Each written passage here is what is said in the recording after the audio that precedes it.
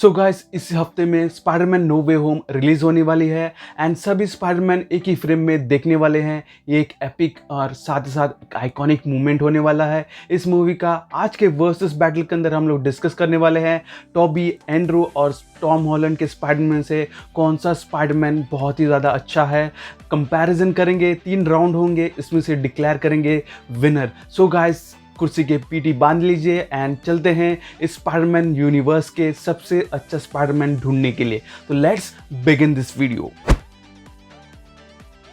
Sam Raimi के movies के अंदर टॉबी मैकवायर को रेड एंड ब्लू सूट मिला है जिसमें वेब के आइकॉनिक डिटेलिंग देख सकते हैं एंड साथ ही साथ इसके अंदर जो बहुत सारी डिटेलिंग देखने को मिलती है फर्स्ट मूवी के अंदर, मगर सेकंड मूवी के अंदर थोड़ी सी डिटेलिंग चेंज किया, मगर उसमें इतना डिटेलिंग हम लोगों को सेकंड मूवी के अंदर देखने को नहीं मिला। एंड साथ ही साथ जो थर्ड मूवी के अंदर सिम्बियोटिक जो सूट मिला है, यानी कि जो एक ब्लैक सूट कहा जा सकता है, बहुत ज़्यादा डिटेलिंग उसके अंदर देखने को मिलता है। साथ ही साथ बात की जाए एंड्रू गारफील्ड के जो मूवीज़ के अंदर उसको जो फर्स्ट सूट मिला है वो उतने खास नहीं दिखता है एंड बहुत सारे फैंस ने ऑलरेडी क्रिटिसाइज किया सोनी को जिस सूट के बारे में, जिसकी वजह से सोनी ने सेकंड मूवी के अंदर एंड्रू गारफील्ड के सूट को थोड़े से चेंजेस एंड इम्प्रूवमेंट किया एंड जिसकी वजह से कहीं ना कहीं ये कॉमिक एक्यूरेट देखने को मिलता है। सो गाइस, बात की जाए टॉम हॉलैंड के स्पाइडरमैन के सूट्स के बारे में, उसको एक रेड एंड ब्लू सूट मिलता है जो टोनी स्टार्क ने बनाया है एंड साथ ही साथ जो आइकॉनिक आयरन सूट मिलता है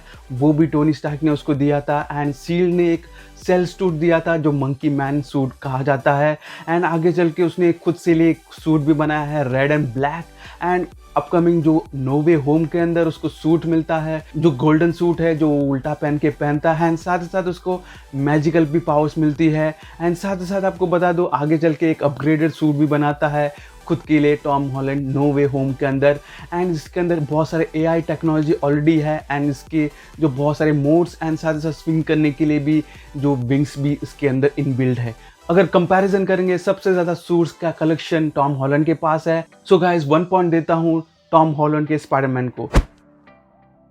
सो गाइस, इंटेलिजेंट के मामले में सैम रेमी के मूवीज़ के अंदर टोबी मैकवायर का जो पीटर पार्कर का है, जो इंटेलेक्चुअल है, यानी कि उसका जो बात करने का तरीका है नॉर्मन ऑस्कन के साथ हो या डॉक्टर ऑक्टेवियस के पास हो, जो कहीं ना कहीं उसका जो कॉम्प्लेक्स साइंस की सब्जेक्ट हो या फिर कुछ चीज़ें हों वो बहुत ज़्यादा डिटेलिंग एंड डिस्क्राइब करता है, जिसकी वजह से नॉर्मन ऑस्कन एंड साथ ही साथ डॉक्टर ऑक्टेवियस भी बहुत ज़्यादा पसंद करते हैं पीटर पार्कर को। एंड बात की जाए उसके जो वेब सूट है जो ऑर्गेनिक है, जिसके कारण उसने कुछ डिटेलिंग जो साइंस के ऊपर वो बहुत ज़्यादा ज्ञान देता है, मगर ऐसा कुछ चीज़ें किया नहीं है एज़ कम्पेयर टू अगर एंड्रू की बात की जाए। एंड्रू ने खुद के लिए सूट उसने बिल्ड किया था एंड उसके साथ जितने भी मोड्स उसके अंदर डाले गए थे, या फिर वेब सूट हो या फिर उसके जो वेब सूट के जो मशीन्स हो वो खुद से लिए खुद बनाया था as compare to Toby Maguire. अगर बात की जाए टॉम हॉलैंड के, टॉम हॉलैंड एक टीनेजर है, स्कूल के टाइम पे ही उसने वेब फ्लूइड बनाया दिया था अपने स्पाइडरमैन सूट के लिए एंड साथ ही साथ आगे चल के उसने एआई टेक्नोलॉजी जो अपना सूट है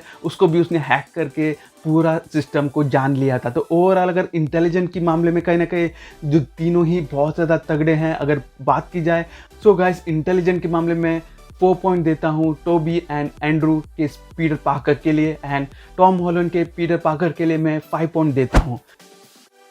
सो गाइस, अब आते हैं फाइनल राउंड के बारे में, कौन सा स्पाइडरमैन बहुत ही ज़्यादा ज़बरदस्त है। तो बात की जाए सैम रेमी के टॉबी मैकवायर के बारे में, जब भी वो मास्क पहनता है वो विलन की धुलाई करता है, एज अ सुपर हीरो वो बन जाता है, मगर कॉमिक बुक के अंदर कहीं ना कहीं वो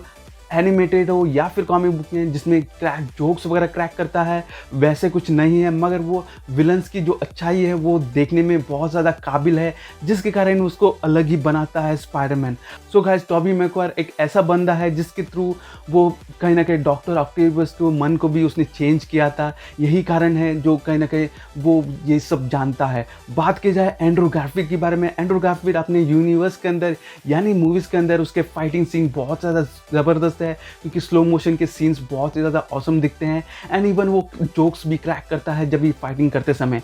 टॉम हॉलैंड के बारे में, टॉम हॉलैंड बहुत ज़्यादा बड़बोला है। इवन वो फाइट करते समय बहुत लोगों के पास बातें करता है। एंड साथ ही साथ आप सब लोगों ने देखा ही होगा कि वो थैनोस को भी उसने टक्कर भी दी है। एंड जब भी थैनोस के साथ फाइट करते समय में भी बहुत ज़्यादा बोलता है, तो कहीं ना कहीं उसके जो कैरेक्टर है, डेवलपमेंट है, वो दिखाया गया है। एंड आपको बता दूं, स्टैनली ने ये तक बोला था कि उसने टॉम हॉलैंड को जैसे ही लड़के को नज़र करके ही जो कैरेक्टर डेवलप किया था स्पाइडरमैन के। तो सो गाइस, कौन सा स्पाइडरमैन बहुत ही ज़बरदस्त है, इसमें से मैं 4 पॉइंट देता हूँ एंड्रू गारफील्ड को। स्पाइडरमैन जो टॉबी मैकवायर है उसको मैं 3 पॉइंट देता हूँ एंड 5 पॉइंट देता हूँ टॉम हॉलैंड को। तो ओवरऑल अगर बात की जाए इस बैटल में, क्लियरली टॉम हॉलैंड के स्पाइडरमैन जीतता है, क्योंकि सूट्स साथ ही साथ इंटेलिजेंट हो या फिर स्पाइडरमैन के मामले में हो, वो बहुत ही ज़्यादा ज़बरदस्त एंड ऑसम कैरेक्टर माना जाता है। तो ओवरऑल इस बैटल का क्लियर विनर टॉम हॉलैंड है। आपका क्या ओपिनियन है इसके बारे में, आप कमेंट करके बता सकते हैं। तो मेरा फेवरेट जो कैरेक्टर है वो है टॉबी मैकवायर का स्पाइडरमैन।